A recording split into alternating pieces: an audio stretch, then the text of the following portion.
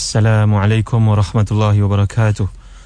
Innal hamdalillahi nahmaduhu wa nasta'inuhu wa nastahdihi wa nastaghfiruh wa natubu ilaihi wa natawakkalu alaihi wa na'udzu billahi min syururi anfusina wa sayyiati a'malina. Man yahdihillahu fala mudilla lahu wa man yudlil fala hadiya lahu. Wa ashhadu an la ilaha illallah wahdahu la syarika lahu wa ashhadu anna Muhammadan 'abduhu wa rasuluh. يا أيها الذين آمنوا اتقوا الله حق تقاته ولا تموتن إلا وأنتم مسلمون. يا أيها الناس اتقوا ربكم الذي خلقكم من نفس واحدة وخلق منها زوجها وبث منهما رجالا كثيرا ونساء واتقوا الله الذي تساءلون به والأرحام إن الله كان عليكم رقيبا. يا أيها الذين آمنوا اتقوا الله وقولوا قولا سديدا يصلح لكم أعمالكم ويغفر لكم ذنوبكم ومن يطع الله ورسوله فقد فاز فوزا عظيما. أما بعد. Saudara penerbit dan Ustaz Mahdi Syarudin, sidang pendengar yang dirahmati dan dikasihi Allah sekalian, kita sedang membincangkan ayat yang ke-57, 58 dan 59 dari surah Al-Kahfi.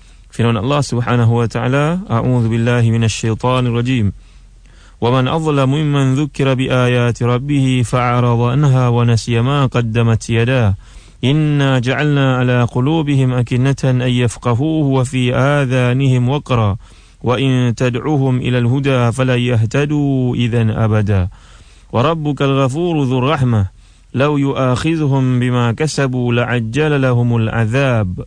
بل لهم موعد لن يجدوا من دونه موئلا وتلك القرى أهلكناهم لما ظلموا وجعلنا لمهلكهم موعدا. Sadaqallahul azim. Maksudnya, dan siapakah yang lebih zalim daripada orang yang telah diperingatkan dengan ayat-ayat dari Tuhannya, lalu dia berpaling daripadanya dan melupakan apa yang telah dikerjakan oleh kedua tangannya. Sesungguhnya kami telah meletakkan tutupan di atas hati mereka sehingga mereka tidak memahaminya. Dan kami letakkan pula sumbatan pada telinga mereka, dan selepas itu kamu menyeru mereka kepada petunjuk, nescaya mereka tidak akan mendapat petunjuk buat selama-lamanya. Dan Tuhanmu lah yang Maha Pengampun, lagi mempunyai rahmat. Jika dia mengazab mereka kerana perbuatan mereka, tentu dia akan menyegerakan azab bagi mereka. Tetapi bagi mereka ada waktu yang tertentu untuk mendapat azab, yang mereka sekali-kali tidak akan menemukan tempat berlindung daripadanya. Dan penduduk negeri itu telah kami binasakan ketika mereka berbuat zalim, dan telah kami tetapkan waktu tertentu bagi kebinasaan mereka. Sidang pendengar yang dikasihi dan dirahmati Allah Subhanahu wa taala sekalian, dalam kuliah yang lepas kita sudah melihat mawani ataupun hawail yang menjadi penghalang kepada keimanan terhadap Allah Subhanahu wa taala, dan pandangan pemikir Islam yang terkemuka Syekh Al-Marhum Dr.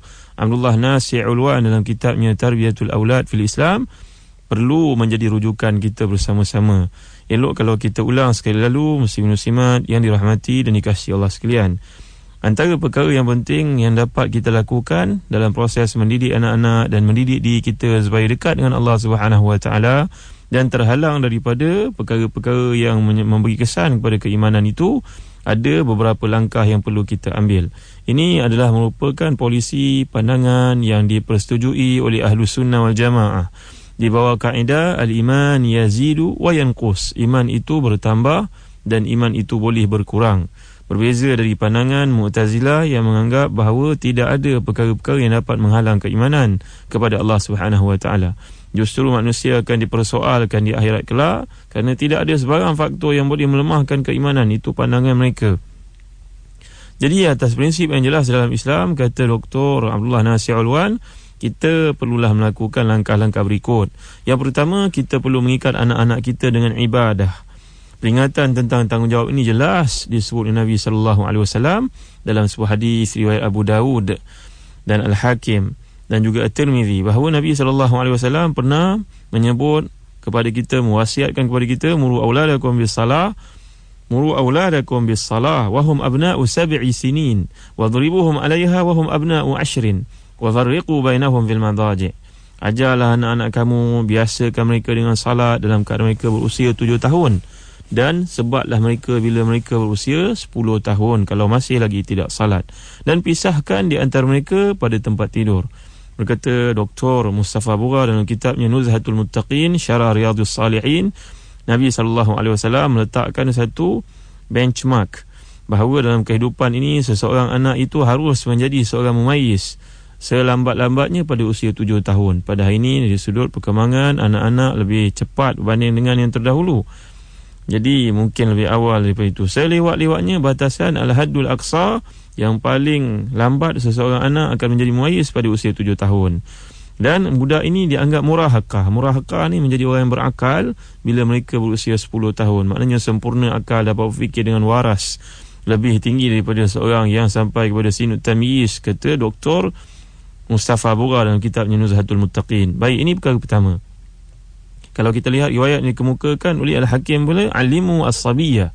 Alimu, kata Ibn Allan dalam mensyarahkan hadis Riyadhus Salihin, beliau menjelaskan bahawa alimu makna yang dikemukakan di sini oleh Nabi SAW mesti mengambil kira wasailut ta'lim, cara untuk mengajar. Dia ada satu perkara ta'lim, satu lagi ta'allum, dijelaskan oleh Al-Imam Al-Ghazali dalam kitabnya Ihya Ulumuddin. Ta'lim ni proses penyampaian maklumat, ta'allum interaksi bersama-sama. Maknanya dalam konteks semasa multi-ways communication, ada pertukaran-pertukaran pandangan. Baik, ini telah kita jelaskan dalam kuliah yang lepas. Yang kedua, sidang pendengar yang dirahmati dan dikasihi Allah sekalian, keperluan untuk kita mengajar generasi anak-anak umat Islam dan diri kita sendiri supaya terhalang daripada asbab yang menyebabkan membawa kepada kelemahan iman, al-mawani' yang kita bincangkan dalam ayat ke-55 sebelum ini, iaitulah dengan baca Al-Quranul Karim. Berdasarkan kepada hadis yang sahih riwayat Bukhari, khairukum man ta'allama al-Quran wa 'allamah. Sebaik-baik kamu adalah orang yang mempelajari Al-Quran dan mengajar kepada orang lain. Ini yang kedua. Yang ketiga, kaedah yang perlu kita lakukan bersama-sama untuk pemantapan iman ialah dengan mengikat diri kita dan juga anak-anak didik kita dengan rumah Allah Subhanahu Wa Taala. Beli rumah yang dekat dengan masjid, beli rumah yang dekat dengan madrasah, beli rumah yang dikelilingi oleh komuniti orang-orang Islam, supaya ketiadaan kita dapat ditampung oleh orang keliling kita, membawa anak-anak kita kepada ketaatan kepada Allah Subhanahu Wa Taala. Dan perkara ini jelas disebut dalam firman Allah Subhanahu Wa Taala surah At-Taubah ayat ke-18. A'udzubillahi minasyaitonirrajim.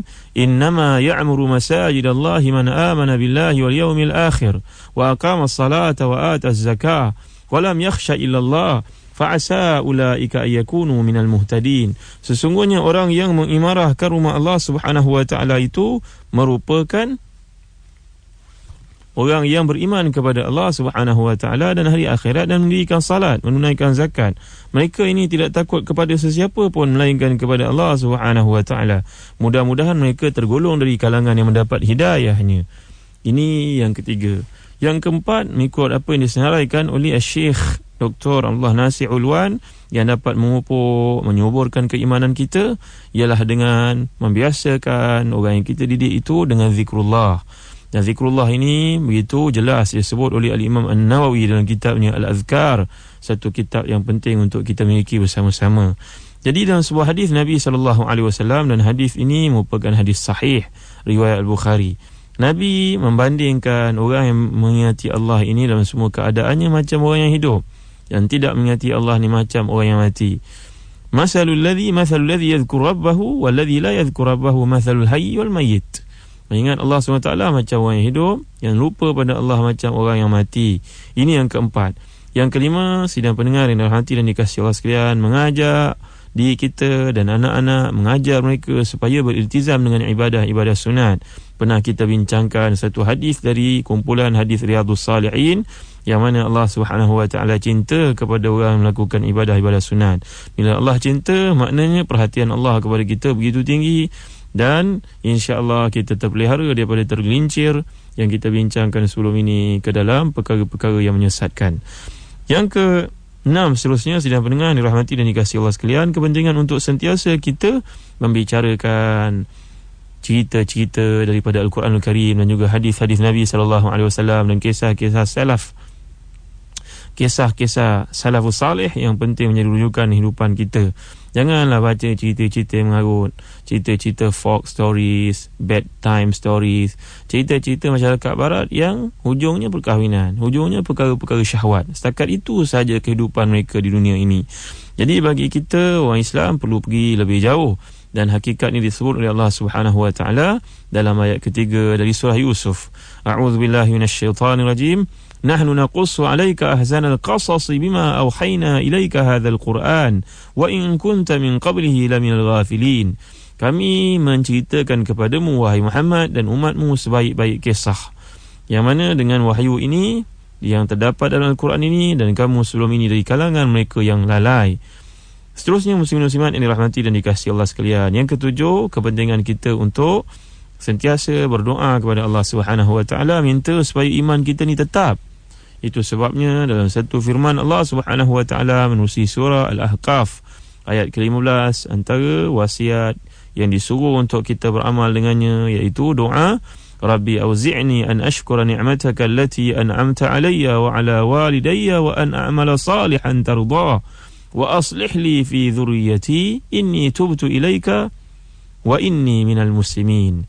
Ya Allah, ajarlah aku, mudahkan aku untuk sentiasa mensyukuri nikmat-nikmat-Mu yang Kau curahkan ke atasku, ke atas dua ibu bapaku, supaya aku ni beramal salih yang Kau redai, dan perbaikilah aku dalam keturunanku. Pada keturunanku aku bertawad kepadamu ya Allah, dan aku ini dari kalangan orang yang Islam.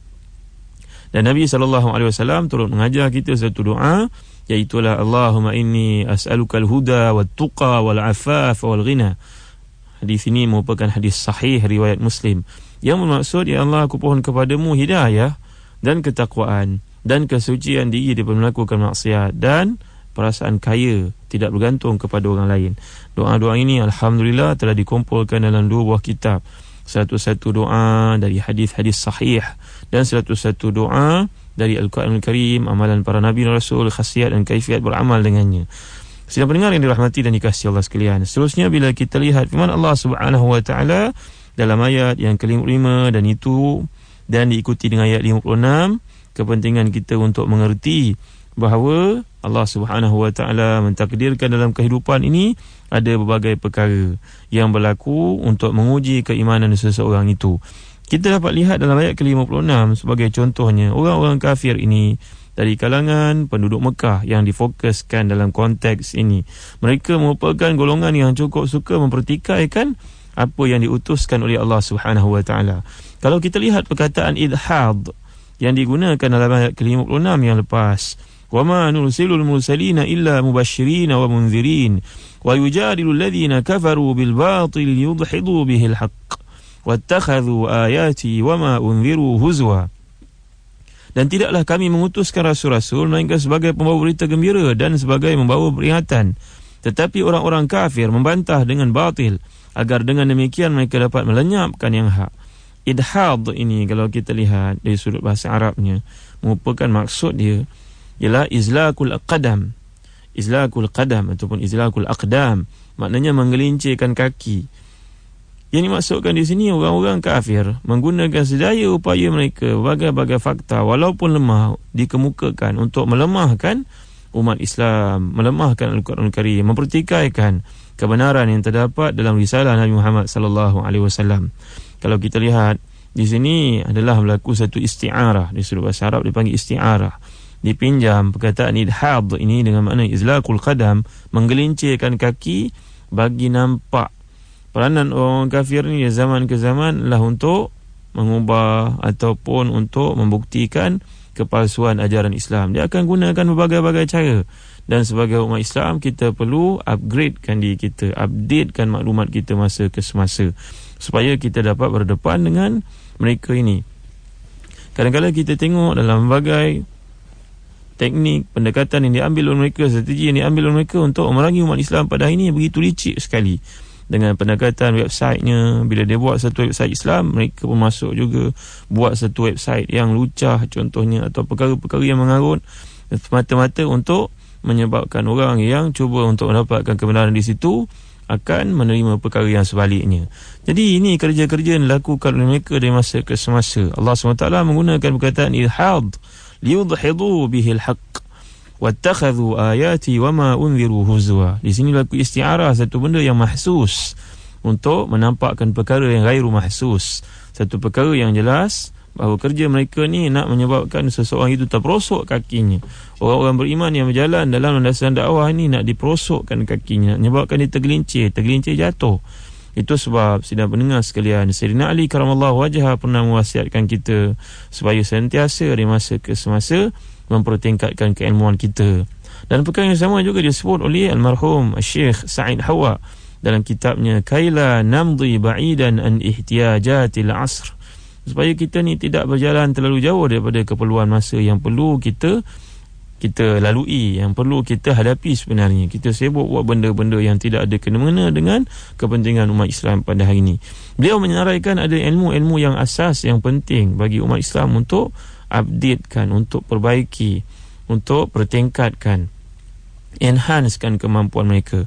Kerana Sayyidina Ali mengatakan al-haqqu bila nizam yaghlibuhu batilun binizam. Seseorang yang mengikuti kebenaran, tetapi kebenaran itu tidak dilakukan secara sistematik dengan strategi yang betul, maka sudah pastilah kebatilan itu akan mengatasinya, kerana kebatilan itu lebih sistematik sifatnya. Jadi umat Islam pada hari ini patut mengambil langkah yang tepat untuk mengatasi perkara semikian. Bila Allah Subhanahu Wa Taala mengingatkan peranan orang-orang kafir masa ke semasa daripada zaman Nabi Muhammad sallallahu alaihi wasallam lagi, mereka akan menggunakan segala daya dan upaya mereka untuk memadam nur Allah Subhanahu Wa Taala. Dan umat Islam bertanggungjawab untuk mempertahankan Islam dari masa ke semasa. InsyaAllah kita akan lihat huraian lanjut dalam ayat ke-57, 58 dan 59 berkaitan dengan perkara yang telah kita bincangkan di sini. Wallahu a'lam, wa sallallahu ala sayyidina Muhammad wa ala alihi wa sahbihi wa baraka wa sallam. Wassalamu alaikum warahmatullahi wabarakatuh.